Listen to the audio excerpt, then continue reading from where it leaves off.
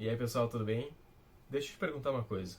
Tu sabe qual a importância da pergunta por quê no processo terapêutico? Você utiliza a pergunta por quê no processo terapêutico?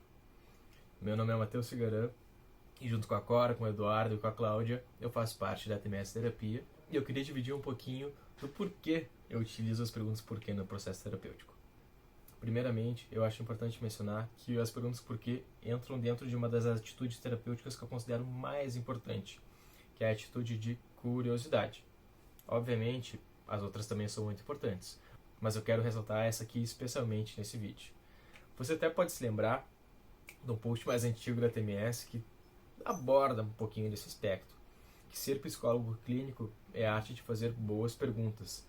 E quando bem utilizada a pergunta por quê, a gente consegue ter um bom avanço terapêutico também.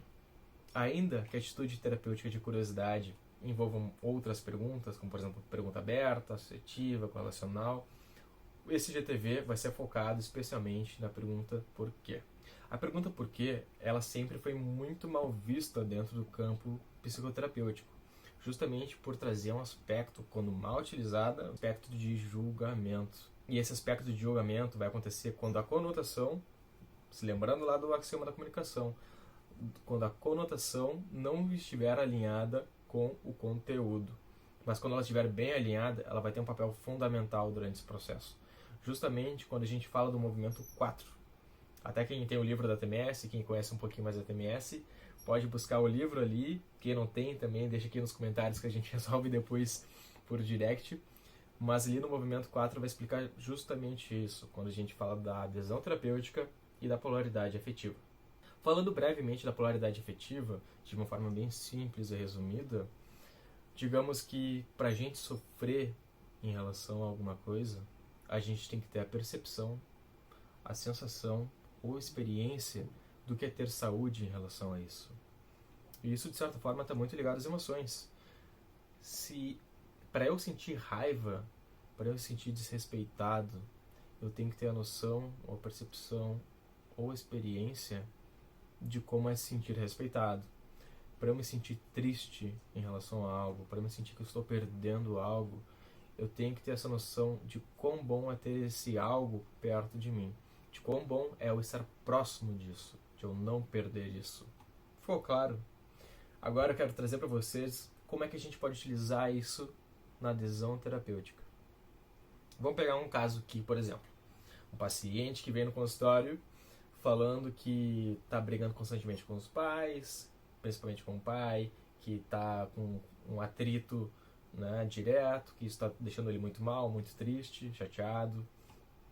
E a gente pode fazer uma pergunta que justamente vai ter essa capacidade de recapitular toda essa fala já anteriormente dita, né, organizar toda uma narrativa e ser mais objetiva a ponto de que o paciente consiga processar toda essa informação.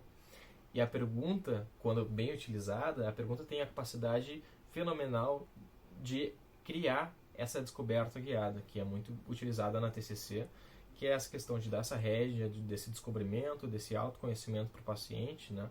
Ainda que o processo terapêutico seja um processo de levantamento de hipóteses, mas não é um processo de contra-argumentação.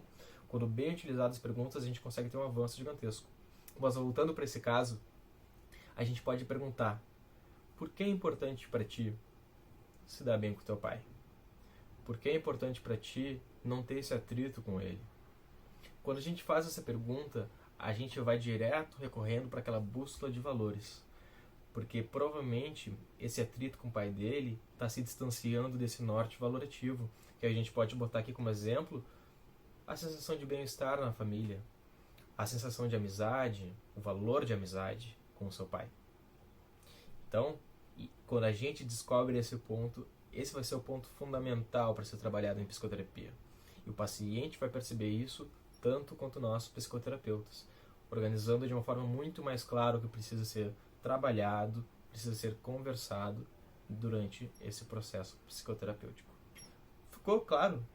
Qualquer coisa, deixe aqui nos comentários. Também pode mandar sua sugestão, seu comentário do vídeo, marcar os amigos, papagaio, cachorro, o que seja, ou mandar para eles por direct. Certo? Muito obrigado e espero que vocês tenham gostado.